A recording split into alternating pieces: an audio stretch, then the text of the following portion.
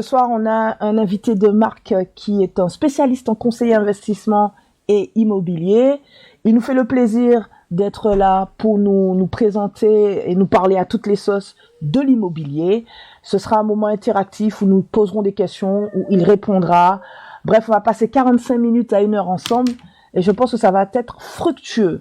Salut Sibel Cap, je te passe le micro. À toi la parole pour cette mini-conférence. Eh bien super, merci Shainse. Bon, on va débuter par ce que c'est que l'immobilier et les différents types d'immobilier, surtout on va dire sur la France hexagonale, même au niveau des Outre-mer.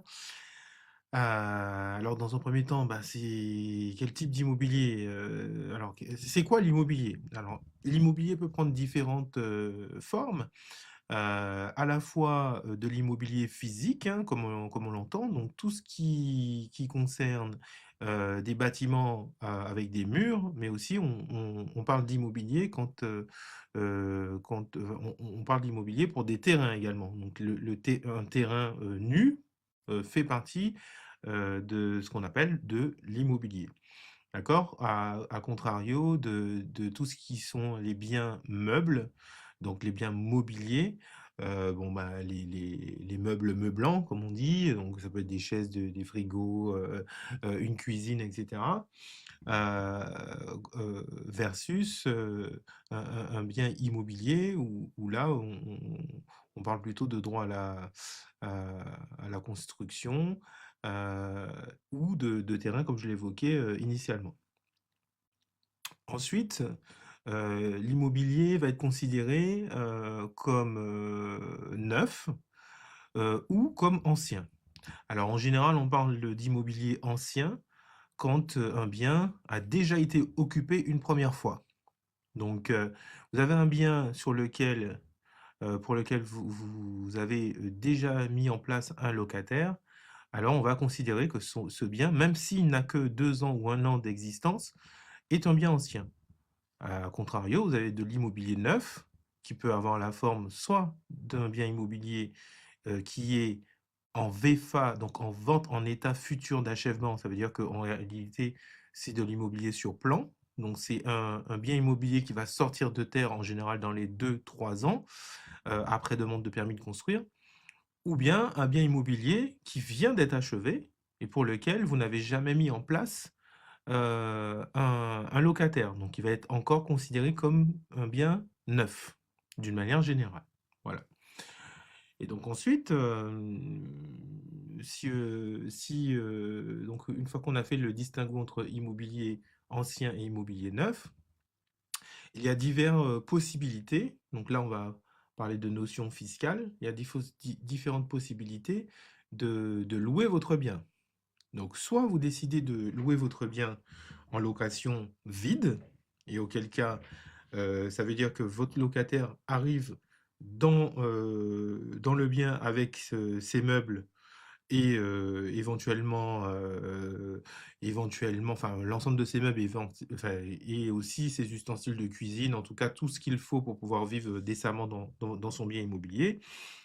Et ensuite, ou bien vous avez la possibilité de louer votre bien en meublé. C'est-à-dire que c'est vous qui aurez acheté les différents meubles et les différentes,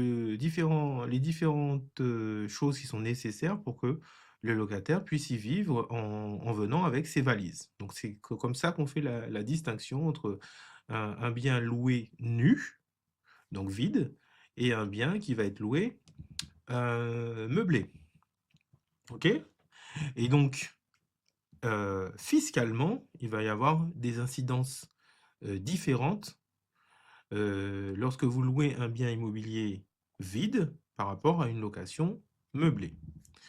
Donc pour résumer, lorsque vous allez, louer un bien en location nue, vous allez être, fiscalement éligible, aux revenus fonciers, contrairement à la location meublée sur laquelle vous êtes, éligible aux aux bénéfices industriels et commerciaux. Donc lorsque vous faites du meublé, vous êtes considéré comme un commerçant. Voilà. Donc c'est la grosse différence majeure qu'il y a entre un bien qui sera loué en location vide et un bien qui sera loué en location meublée. D'un côté, vous, vous avez des revenus fonciers et vous êtes fiscalement imposé au niveau des revenus des particuliers.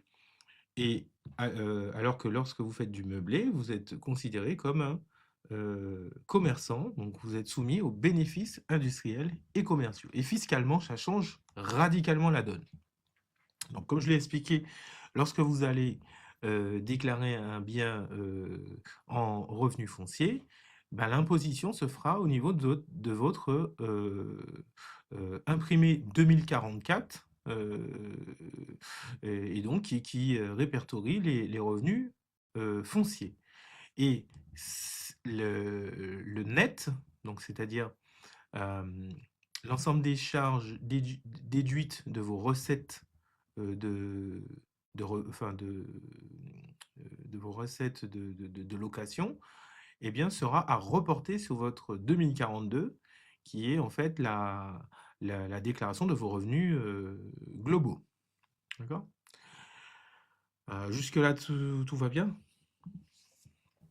Oui, oui, jusque-là, tout va bien, Hein. c'est clair. Et ensuite, donc pour la déclaration des revenus de meublé, là on est plutôt sur une déclaration en général 2031, puisque vous êtes soumis au régime enfin, de bénéfices industriels et commerciaux, et donc il faut se déclarer en tant que commerçant, donc soit à titre euh, euh, individuel, donc entreprise individuelle, soit parfois en société si vous faites de la location meublée professionnelle. D'accord? Donc c'est vraiment deux types d'approches différentes. Par contre, bah, vous l'avez compris, lorsque vous allez faire de la location vide, eh bien, vous allez avoir un impact au niveau des revenus de la personne physique. Donc, parfois, ça peut être intéressant ou pas. Alors, je ne suis pas rentré dans les détails de la déclaration en micro ou au réel. Donc là, je parle uniquement du réel. Donc, ça peut avoir un impact au niveau de vos revenus de personnes physiques pour les revenus de location vide, alors que il y a un gros avantage fiscal à faire du meublé. En tout cas, il y avait jusqu'aux différents débats sur le budget de 2026 et jusqu'au début d'année 2025, puisqu'il y a eu pas mal de changements. Et je vais revenir aux gros avantages donc, de la location meublée, qui est qu'en réalité, comme vous êtes considéré comme un commerçant, et je parle bien pour les déclarations au réel, eh bien, vous avez la possibilité de pratiquer des amortissements, tout comme une entreprise pratique des amortissements sous ses immobilisations. Donc, vous avez un bien immobilier, l'État vous dit, OK, il vaut 100 000. Eh bien, mis à part le terrain qui n'est jamais amortissable, eh bien, vous avez la possibilité d'amortir le bien. L'amortissement, c'est quoi? C'est de prendre une dépréciation fictive. Alors, il y a quelqu'un qui a parlé ou pas? Non? Non, non, non, c'est Je, bon. je Oui. poursuis. Donc, c'est de prendre une dépréciation fictive sur la valeur de vos murs. Donc, en gros, on considère que mes murs, mis à part le terrain, valent 85 000 euros. Ben, je vais déprécier la valeur de mes murs fictivement, enfin en tout cas comptablement, sur une période, disons, entre 20 et 25 ans, voire parfois 30 ans. Et je vais pouvoir déduire cette dépréciation de mes revenus de meublé. Ce qui fait que mécaniquement, il y a un avantage fiscal supplémentaire par rapport aux revenus d'une location vide. Pourquoi? Parce qu'il y a pas mal de charges qui sont déductibles, donc les intérêts d'emprunt, les charges, les travaux que vous aurez réalisés sur le bien s'il y en a, si vous êtes dans l'ancien, euh, les, euh, les assurances de propriétaires non occupants, les différentes assurances que vous pourriez prendre pour les loyers impayés, etc., qui constituent un stock de charges. Et à ce stock de charges qui est également valable pour les revenus locatifs en nu, eh bien, vous allez ajouter cet avantage fiscal supplémentaire qui est l'amortissement, donc la dépréciation fictive, ou en tout cas comptable, du bien. Mécaniquement, on arrive sur une période entre 20 ans et 25 ans à ce que on ne paie quasiment pas d'impôt sur la location meublée, puisque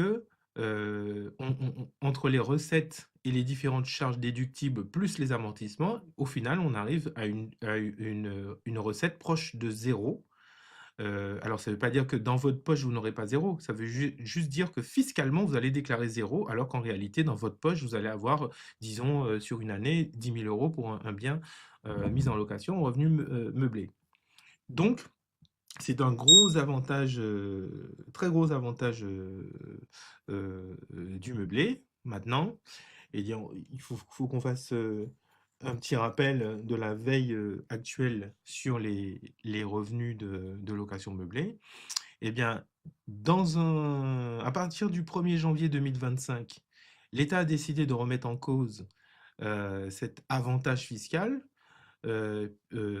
en réintégrant l'ensemble des amortissements pratiqués au moment de la revente. Donc concrètement, ça veut dire quoi? Ça veut dire que le jour où vous décidez de vendre le bien, eh bien tout cet avantage fiscal que vous avez eu pendant les 20 ans, 25 ans, eh bien ils seront réintégrés modulo un abattement pour durée de détention à votre plus-value. Donc, ça veut dire que ça va venir grossir votre plus-value et donc mécaniquement, vous allez être beaucoup plus imposé sur les plus-values de location immobilière qu'auparavant où il n'y avait pas cette réintégration des différents amortissements qui étaient pratiqués.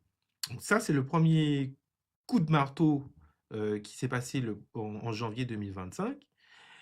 Et puis aujourd'hui, est à l'étude un deuxième coup de marteau, on va dire fracassant, c'est que l'État veut carrément remettre en cause la possibilité d'amortir le bien, ou alors réduire, donc ils sont en train de réfléchir, c'est soit carrément ils vont empêcher la possibilité d'amortir les biens en meublé, donc on va revenir à une espèce d'équivalent entre le meublé et les revenus, les revenus fonciers classiques, donc les revenus en location nue, et ou bien ce qu'ils proposent là actuellement, c'est de réduire les amortissements et de faire un amortissement forfaitaire de 2% de la valeur du bien, alors qu'avant, bah, on pouvait aller sur beaucoup plus d'amortissement, ce qui pouvait représenter parfois même l'équivalent de la totalité des recettes.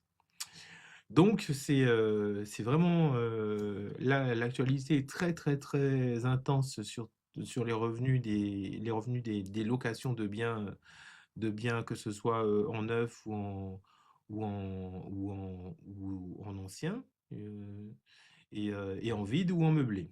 Voilà, donc c'est vraiment des gros sujets du moment et qui vont avoir des impacts sur les différentes stratégies d'investissement, en tout cas dans l'immobilier. Voilà ce que je peux dire en tout cas, j'essaie de faire une synthèse globale. Si vous avez peut-être des questions, et puis ce sera plus interactif. Super.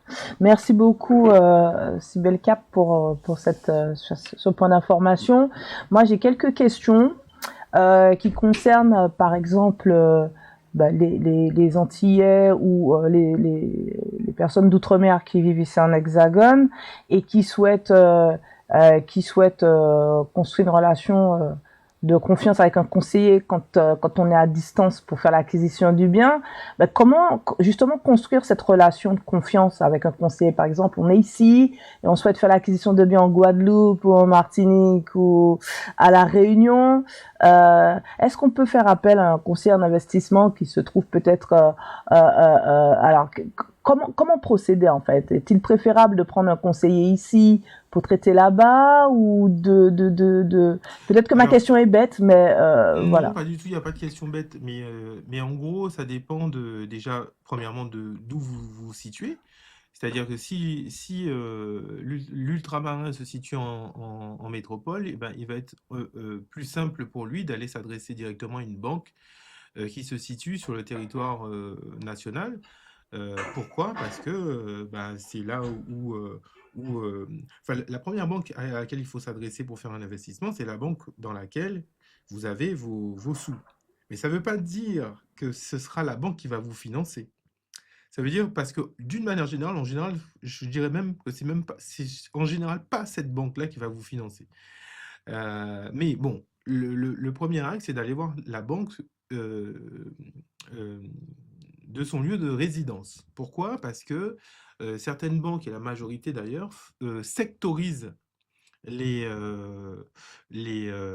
sectorisent leurs différentes agences et en tant que, alors disons que, je sais pas, vous habitiez en Île-de-France, ça va être un petit peu plus compliqué pour un conseiller qui se situe dans les Outre-mer, ben, de vous financer, sachant que qu'elle ne vous connaît pas en fait, et qu'elle ne connaît pas en fait vos revenus, et que en gros, vous n'avez pas la domiciliation de vos revenus au sein de son établissement, même si c'est la même grosse entreprise, mais après, il y a une ségrégation entre l'Île-de-France et peut-être et la partie outre-mer. Donc déjà, ça, c'est le premier point, c'est de s'adresser en priorité à la banque de son lieu de résidence. Maintenant, ce qui va être assez compliqué après par rapport au financement, c'est quoi? C'est que le plus souvent, les banques vont vous demander des garanties parce qu'une banque, elle vous prête, mais si elle est, on va dire, en général, quasiment sûre de pouvoir récupérer son argent. Donc sur l'immobilier, c'est assez simple parce que bon, en finançant un bien immobilier, il y a différentes garanties qui peuvent être prises, donc notamment des hypothèques directement sur le bien ou des garanties appelées caution logement. Donc c'est des organismes qui sont spécialisés dans le financement de biens immobiliers, qui vont pouvoir prendre des cautions directement sur les acquéreurs ou en tout cas prendre la place de l'acquéreur en cas de défaillance. Donc bien sûr, ça a un coût au niveau du financement, mais d'une manière générale, la banque va chercher à prendre des garanties directement sur le bien à financer. Voilà. Donc ça, c'est la première chose. Et pour répondre précisément à la question, donc pour investir directement dans les outre-mer, ben, malheureusement, il y a des spécificités qui font que beaucoup de banques en hexagone, eh bien, ne vont pas pouvoir prendre d'hypothèque directement sur les biens. Alors ça, je me pose toujours la question de savoir pourquoi, mais beaucoup de banques ne vont pas pouvoir prendre d'hypothèque sur les biens qui sont situés en outre-mer, et donc ça complexifie la chose. Ça veut dire qu'elles vont vous dire, OK, nous, on ne peut pas prendre de garantie sur le bien à financer en outre-mer, donc il faut que vous ayez déjà un bien en hexagone sur lequel on peut prendre la garantie. Ça s'appelle une garantie déplacée. Voilà. Donc, elles prennent une garantie déplacée sur un bien que vous avez déjà acquis en hexagone pour financer un bien que vous aurez en outre-mer. Eh bien, voilà. Donc, si vous n'avez pas de bien à mettre en garantie, eh ben, ça devient un petit peu complexe et ça devient compliqué. Donc, à ce moment-là, ben oui, le conseil, c'est d'aller directement vous adresser à une banque. Donc, ouvrir un compte à une banque directement dans les Outre-mer, sur lequel vous allez domicilier une partie de vos revenus, qu'elle puisse voir que, bah, en gros, quels sont vos revenus, voilà, et faire un financement directement avec la banque Local. locale. Voilà. Hmm. Donc, Et là, la banque locale va pouvoir prendre les garanties nécessaires pour financer le bien en outre-mer. d'accord. Et du coup, si c'est un primo-acquéreur, quelles sont les erreurs fréquentes que tu as pu observer chez les primo-acquéreurs ou chez les porteurs de projets comme ça atypiques qui vivent ici en Hexagone, il va acheter son premier bien aux Antilles. Quelles sont les erreurs fréquentes qu'on observe chez ce Ben, type de la première profil? erreur, j'ai envie de dire, hein, malheureusement, hein, c'est de ne pas avoir acquis un premier bien en hexagone si on est basé en hexagone. Donc ça, comme ça, en faisant une première acquisition, bah, si on a la possibilité, bien sûr, une première acquisition ici, bah, on a déjà un bien à mettre en garantie en cas de volonté plus tard de rentrer aux Antilles. Donc ça, c'est une première chose. Et ensuite, bah, si on n'a pas cette possibilité, puisqu'on est effectivement primo-accédant et donc c'est la première fois qu'on va faire un investissement, mais derrière, ça veut dire il faut un apport suffisamment important pour que la banque puisse prendre ce risque-là. C'est-à-dire que là, actuellement, les banques elles vont plutôt demander du 5 à 10%, enfin du 10 à 15% d'apport. Bah là, sur un financement pour un primo-accédant vers, donc qui se situe, je dis bien, qui se situe en Hexagone et qui veut acheter un premier bien en Outre-mer, et ben là, il va falloir avoir pas mal d'apports. Et je dirais, une erreur à faire, une erreur, c'est finalement de le faire pour sa résidence principale. Pourquoi? Parce que si vous voulez acquérir votre résidence principale en Outre-mer, la banque, elle va systématiquement vous dire, mais attendez, vous travaillez en Hexagone et vous voulez financer votre résidence principale en Outre-mer. Donc ça veut dire que vous allez aller travailler en Outre-mer. Parce que le bien doit devenir votre résidence principale. Vous ne pouvez pas travailler, à part des rares métiers, vous ne pouvez pas travailler à la fois en Hexagone et en Outre-mer. Donc, premier point de blocage. On vous demande, mais en réalité, quelle sera pour le paiement de vos mensualités votre source de revenus? Puisque vous voulez faire une acquisition de votre résidence principale en Outre-mer, sachant que vous travaillez en Hexagone. Donc il y a un problème déjà au niveau du financement. Donc ça, c'est erreur fatale. Donc moi, ce que je conseille d'une manière générale, c'est de financer un investissement en Outre-mer en disant, voilà, vous allez faire l'acquisition d'un bien pour le mettre en location. Et donc, auquel cas, en face, il y aura des revenus locatifs. Et donc, la banque peut faire, en gros, son plan de financement en disant, bon, bah, il veut acquérir tel bien, ça va lui rapporter 10 000 euros par an. Et en face, bah, il y a un crédit. Donc, les 10 000 euros de financement vont servir à rembourser le crédit. Et puis, le résiduel, bon, bah, le client en hexagone bah, va le payer de sa poche. Mais là, on a des revenus locatifs qui vont en face. Donc, erreur fatale, si vous voulez, si vous travaillez de manière permanente en hexagone et que vous voulez financer un bien pour votre résidence principale en Outre-mer, il y a un problème de logique qui ne passera pas. Donc, il vaut mieux financer des biens pour un projet d'investissement. Voilà. Et Super. ensuite, après, bon, j'ai parlé des banques déjà, donc des contraintes.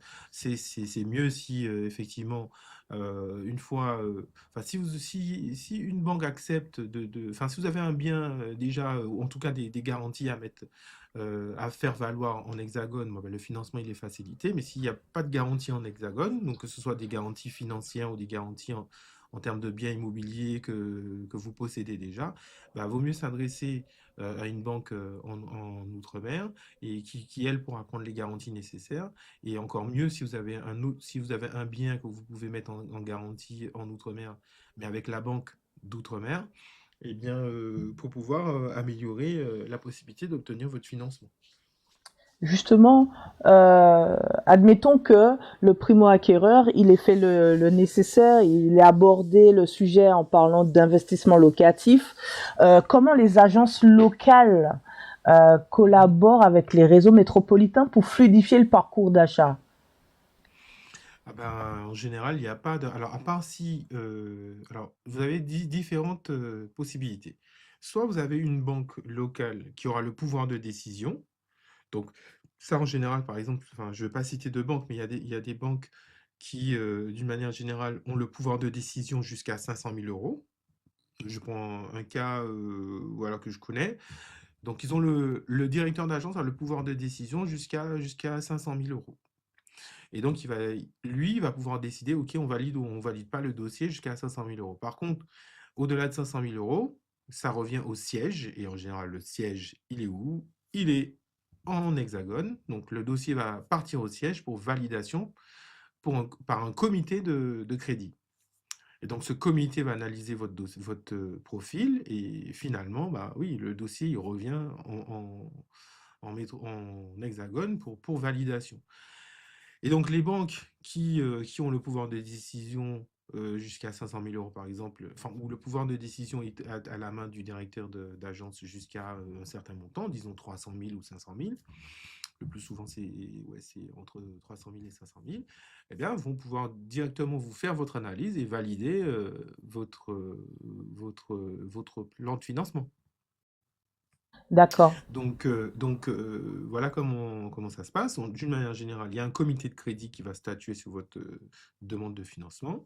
Donc, le comité de crédit jusqu'à un certain montant, pour certaines banques, pas toutes, hein, et vraiment, il y a très peu de banques qui fonctionnent comme ça. Le comité de crédit, ça va être en réalité votre banque, le directeur d'agence et puis certains collaborateurs jusqu'à un certain montant. Et puis, disons, au-delà de 400 000 pour couper la poire en deux, eh bien, le dossier, donc, systématiquement, il partira en comité crédit, en hexagone, pour étude, et c'est le siège, donc le comité de crédit au siège, qui donne l'accord de principe, enfin, qui donne l'accord définitif pour le financement. Donc, euh, donc, voilà. Et après, donc, il n'y a pas vraiment de collaboration. Il n'y a pas vraiment de collaboration. Enfin, oui, il y a une collaboration, mais tout dépendra effectivement du pouvoir de décision de la De banque. la banque sur le site. Alors, dernière question encore dans ce contexte où disons que les ultramarins sont ici en hexagone et sont en direction des outre-mer. Mm. Est-ce qu'il est préférable du coup pour fluidifier la recherche d'une banque capable en local, capable de passer par un conseiller en immobilier et investissement sur site pour une prise en charge? Et si Ben, oui, que prend le en conseiller, charge ce alors le conseiller? rôle du conseiller en investissement, c'est de conseiller sur l'investissement à réaliser. Par contre, il peut avoir effectivement une casquette de courtier et son réseau d'agences pour les financements. Et ça peut faciliter. Mais d'une manière générale, en fait, chacun a son rôle. C'est-à-dire que le rôle du conseiller en investissement, ça va pas être forcément de travailler le dossier de financement. Il va avoir un regard sur le plan de financement pour pouvoir étudier la faisabilité du projet. Mais par contre, c'est pas lui qui va aller chercher le crédit et ni monter les dossiers de crédit. C'est soit la banque du client, soit si le client a la possibilité, il passe par un courtier en financement immobilier pour aller chercher le meilleur taux, le meilleur plan de financement, ou soit voilà. Enfin, mais en tout cas, c'est pas le rôle du conseiller en investissement. Le conseiller en investissement, il va lui dire, voilà, il vaut mieux peut-être mettre en location meublée, en location nue, ce sera plus rentable dans votre cas précis, ce sera peut-être plus rentable. Dans le cas contraire, ce sera pas rentable. Il vous faut tant d'apports, etc. Mais par contre, sur la finalité du plan de financement, c'est toujours à la main de la banque ou d'un courtier spécialisés en financement immobilier. Et parfois, effectivement, les conseillers en investissement ont une casquette de courtier, mais ça reste, on va dire, marginal. Ça reste marginal et puis c'est pas le cœur du métier de faire du financement. Super. J'ai une autre question. Y a-t-il des dispositifs ou des partenariats innovants connus pour faciliter le retour au pays via l'immobilier? Alors là, c'est une colle, c'est une question, mais en tout cas, il n'y a pas à l'heure actuelle de dispositif favorisant le retour via l'immobilier. Non, non, ça, c'est vraiment, on va dire, le financement, c'est un domaine réservé à la banque, dans tous les cas.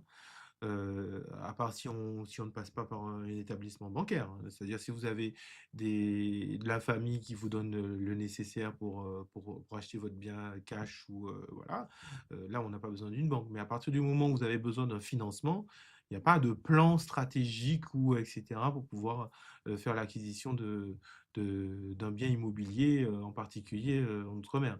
La banque analyse chaque dossier de manière individuelle et entre guillemets, si vous avez les bonnes garanties qu'il faut, qui vont bien, vous avez votre financement. Si vous n'avez pas les garanties qu'il faut, le financement il est refusé. Il faut que vous trouviez une autre option, une autre solution. Donc ça, c'est une vraie problématique et c'est vraiment compliqué parce que le plus souvent, bah, on est dans des cas où...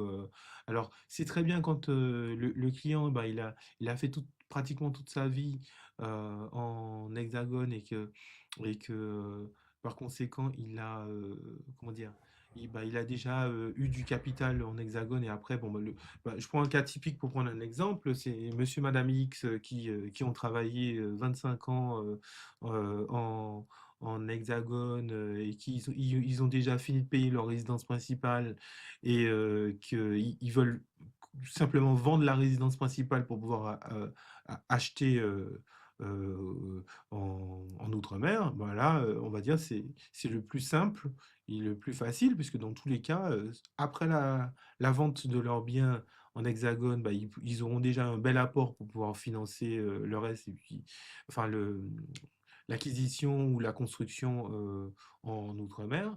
Euh, donc ça, c'est les cas les plus simples. En revanche, c'est vrai que enfin, qu'on n'a pas de garantie en hexagone, bah là, la question, elle se pose. Parce que c'est souvent, en plus, cette question, elle est posée quand on est proche de la retraite. Et le problème, c'est que plus on est proche de la retraite, moins la durée de financement sera longue, bah, parce qu'en gros, les banques, elles vont prêter jusqu'à 75 ans en général maximum. Alors, il y a des financements qui peuvent aller jusqu'à 90 ans, mais ça veut dire que vous avez un gros apports, que ce soit en nature, donc bien immobilier, tout ça, ou en liquide, c'est-à-dire que vous avez fait un gros apport et là, on va vous financer le reste jusqu'à 90 ans, mais la banque ne va jamais prêter euh, en sachant que potentiellement, bah, statistiquement, ben, le candidat a un risque de décéder et donc du coup, la banque risque de ne pas récupérer ses fonds. Donc soit elle va prendre une grosse garantie sur un bien s'il existe, soit elle va demander comment dire, des assurances décès, PTIA, perte totale et irréversible d'autonomie, etc. Pour pouvoir couvrir le crédit, mais on sait bien que plus on est âgé, plus on a des maladies ou on a des risques de maladies, et donc plus le taux des assurances sera élevé. Donc parfois, c'est rédhibitoire. Il y a des cas où un client 55 ans, 60 ans, bah, un taux d'assurance à 2-3%, c'est quasiment le taux du crédit. Donc quand on prend le taux du crédit à, à, à 1%, quand on prend le taux du crédit, pardon, en ce moment à 3,6% et qu'on rajoute 3% d'assurance, vous avez un taux à 6%, ben là, pour le financement, c'est très, très, très compliqué. Ok, ok. Voilà. Une question un peu plus d'actualité, si tu es d'accord, si tu veux bien. Et bon, les quelques personnes, si vous avez des questions, n'hésitez pas. Et Karma aussi, n'hésite pas hein, si tu as des questions. Là, dernièrement, on parle des sanitaires, en fait, etc., qui influencent le montant de la taxe foncière. Mhm. Et à partir de 2026, leur présence sera systématiquement prise en compte dans le calcul. Mhm. Euh, je t'avouerai que je ne savais pas que dans la taxe foncière n'étaient pas Mhm. inclus les choses classiques comme Alors sanitaire, lavabo, c'est pas bouche, tout à fait ça. C'est chauffage. pas tout à fait ça. C'est que en réalité, le calcul de la taxe foncière est donc basé sur des éléments de confort. D'accord? Donc, vous avez une salle de bain, vous avez deux salles de bain, bah, la taxe sera plus élevée. Vous avez deux cuisines, une cuisine normale et une cuisine d'été, bah, la taxe sera plus élevée. Vous avez, voilà. Donc ça, tous ces éléments-là sont considérés comme des éléments de confort. Donc, ce qui se passe pour la taxe foncière depuis les années 2000, même moins, hein, 98, etc., c'est que de toutes les manières, systématiquement, dans les constructions neuves ou sur certaines ventes immobilières, il y avait déjà eu une réactualisation. Donc, en fait, les services des impôts lors de ventes immobilières ou lors de construction immobilière demandaient, alors en général c'est un formulaire qui s'appelle H2, je crois, ou H1, demandait systématiquement les éléments de confort. Bah, est-ce que vous avez une piscine? Est-ce que vous avez ceci? Est-ce que vous avez cela? Etc. Donc, tout ça, il passe ça à la moulinette, ça fait un calcul de taxe foncière. Et donc, en général, c'est déjà actualisé pour les constructions récentes ou les constructions qui ont été vendues, on va dire, récemment et actualisées. Mais cette actualisation-là n'est pas, faite systématiquement. Et deuxième point, c'est que les constructions anciennes, c'est-à-dire que si vous achetez un bien immobilier sur lequel il y a, enfin, qui date de Mathusalem, enfin, qui date des années 1800 ou 1900, et voilà, bah, ces constructions, bah, vous l'avez acheté en l'état, bah, vous passez chez le notaire, voilà, et basta. Et après, vous venez à faire comment dire, des travaux, bah, vous allez peut-être rajouter une salle de bain. Vous allez rajouter un petit jacuzzi, vous allez rajouter une cuisine, etc., etc. Vous allez faire des travaux. Eh bien, le plus souvent, bah, il y a une déclaration en mairie lorsque bah, le plan local d'urbanisme l'exige, mais d'une manière générale, vous faites vos travaux, vous n'avez pas, à part si c'est un agrandissement, vous n'avez pas à déclarer cette information-là en mairie. Donc, en fait, l'État, pour les constructions anciennes, vous pouviez avoir une taxe foncière très faible, puisque en réalité, il n'y a jamais eu d'actualisation sur les éléments de confort, et c'est les éléments de confort d'un bien immobilier qui sont passés à la moulinette, comme j'ai dit tout à l'heure, pour pouvoir calculer la taxe foncière. Donc, ça veut dire que sur la majorité des bâtiments qui sont avant 1900, il n'y a jamais eu d'actualisation. Donc là, l'État a dit, OK, donc maintenant, pour les logements neufs, on sait, puisque de toute manière, il y a une déclaration préalable, on sait quels sont les éléments de confort. C'est pour ça que lorsque vous achetez un bien immobilier neuf, en général, votre taxe foncière est beaucoup plus élevée. Ou un bien immobilier, on va dire, après les années 2000, votre taxe foncière elle est souvent beaucoup plus élevée que si vous achetez un bien immobilier qui date des années 1900-1930. D'accord? Eh bien, ce que l'État a décidé là, hier ou aujourd'hui, je ne sais pas quand, c'est de dire, OK, bon, bah, maintenant, on va aller chercher. Alors, vous savez, depuis 2 ans, vous avez l'obligation de déclarer l'ensemble de vos biens immobiliers sur votre site impôts.gouv. Vous le savez? Bon. En tout cas, c'est une obligation depuis 2 ans Ok. d'aller déclarer vos biens immobiliers sur impôts.gouv. Donc, c'est une obligation, sinon vous avez une amende. Donc maintenant que l'État a récupéré toutes ces informations-là, et que, en gros, vous avez déclaré j'ai un bien immobilier, il y a ci, ça, etc., machin, donc ils ont été récupérer les informations, ben, sûrement l'intelligence artificielle aidant, ils ont été récupérer toutes les informations. Maintenant, ils sont capables de dire, OK, bon, bah, il y a potentiellement euh, 2 chambres, une piscine, une salle de bain, etc., même sur les bâtiments anciens. Et là, ils ont dit, OK, maintenant on va réactualiser. Et donc il y a 7,4 millions de propriétaires en France qui sont concernés par la réévaluation de la taxe foncière.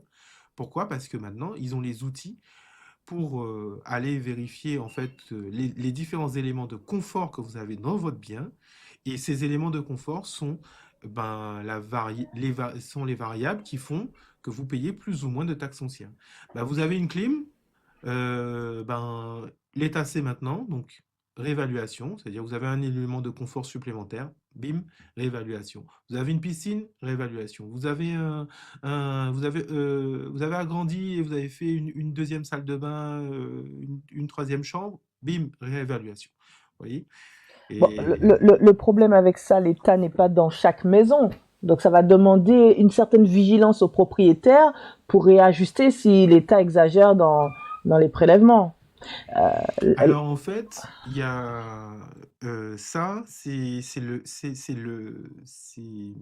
enfin, c'est vraiment le point le plus important. Donc, tu as mis le doigt sur le point capital. C'est-à-dire que personne n'est capable de dire quelle est la formule utilisée pour faire leurs calculs. C'est-à-dire d'un département à un autre, on peut avoir des calculs euh, très différents. et on ne et les inspecteurs eux-mêmes ne sont pas capables d'expliquer pourquoi sur tel bien on va tomber sur tel montant de taxe foncière et sur tel autre bien on va tomber sur voilà. Donc ça, c'est pour moi, c'est vraiment limite honteux. C'est-à-dire qu'avant de dire on va réactualiser les taxes foncières de tout le monde, ben, présentez-nous le modèle de calcul que vous utilisez. Certifiez-nous que c'est le même modèle de calcul pour tous les départements et qu'il y ait une, comment dire, qu'il n'y ait pas puisqu'on doit être tous égaux par rapport à l'impôt, donc qu'il n'y ait pas de discrimination par rapport à l'impôt finalement, et que ensuite, bon, qu'on puisse vérifier. Alors, la possibilité de vérifier les éléments de confort qui sont pris en compte pour le calcul de la taxe est possible via une demande à l'administration fiscale. C'est la demande de l'imprimé 6675-M à l'administration fiscale et ils vous disent voilà les éléments de confort qu'on a pris pour calculer votre taxe foncière. Par contre, ils sont dans l'incapacité de donner la formule mathématique qui est utilisée pour le calcul de la taxe foncière. Et ça, c'est très problématique. Ok. Il y a une question de Wouni et on revient sur les garanties. Il pose une question sur les garanties de loyer. Comment ça se passe dans le chat? Alors, désolé, j'ai pas vu la question. Les garanties de loyer, c'est-à-dire? Alors, Wouni, si tu peux préciser, c'est-à-dire d'un bien en location, d'un bien, des loyers de remboursement du prêt. Ah oui, garantie loyer impayé, peut-être qu'il voulait dire? Alors, il dit c'est ça. Alors, je sais pas à quoi il dit c'est ça. Ok, donc oui, il y a possibilité en fait, grâce à des assurances qui sont prises chez des assureurs, bon ça je pratique, de garantir les loyers, c'est-à-dire enfin les loyers impayés, pardon. Donc en fait, d'une manière générale, l'assurance va dire, ok, si toutefois votre locataire ne paye pas son loyer pendant X temps, alors, on vient en substitution du locataire pour vous payer les loyers impayés. Bien évidemment, bah, ça a un coût. Donc, d'une manière générale, allez, c'est maximum une centaine d'euros par mois. Bon, ça peut être moins, ça dépend des surfaces en fait. Donc, on va dire en moyenne 50 euros par mois pour vous assurer que si demain votre locataire ne paye pas son loyer, eh bien qu'il y ait une assurance qui vienne ben, prendre en charge, attention, pendant un délai déterminé. Donc vous pensez bien, plus la garantie est longue, eh bien plus ça va être cher. Donc disons en moyenne c'est 12 mois. Et il y a aussi une franchise, c'est-à-dire qu'ils vont commencer à vous payer les loyers impayés à partir, on va dire, du deuxième, troisième mois de non-paiement des loyers. Donc effectivement, il y a une procédure. Premier mois non payé, vous signalez au locataire qu'il n'a pas payé ses loyers. Deuxième mois, vous signalez à l'assureur, enfin, le premier mois, vous signalez au locataire et à l'assureur. Deuxième mois, l'assureur et vous faites une relance pour que les loyers soient payés, etc. Le locataire ne paye toujours pas. Au troisième mois, donc à la fin du troisième mois, la garantie loyer impayé rentre en compte. Donc l'assureur commence à vous payer, mais lui, il engage des procédures de contentieux et de récupération des sous, j'oublie comment le terme, pour, pour récupérer l'argent sur les. Donc c'est lui qui gère les procédures de contentieux avec le locataire. Et donc pendant, on va dire, 12 mois, il vous paye vos loyers, mais après les 12 mois, alors ça peut être 12, 18 mois parfois, 24 mois j'ai rarement vu, mais ça peut être 12, 18 mois où il va vous payer les loyers, mais après, il n'y a plus d'assurance. Après, c'est vraiment des procédures d'expulsion de squatteurs ou de personnes qui ne payent pas leur loyer. Donc voilà.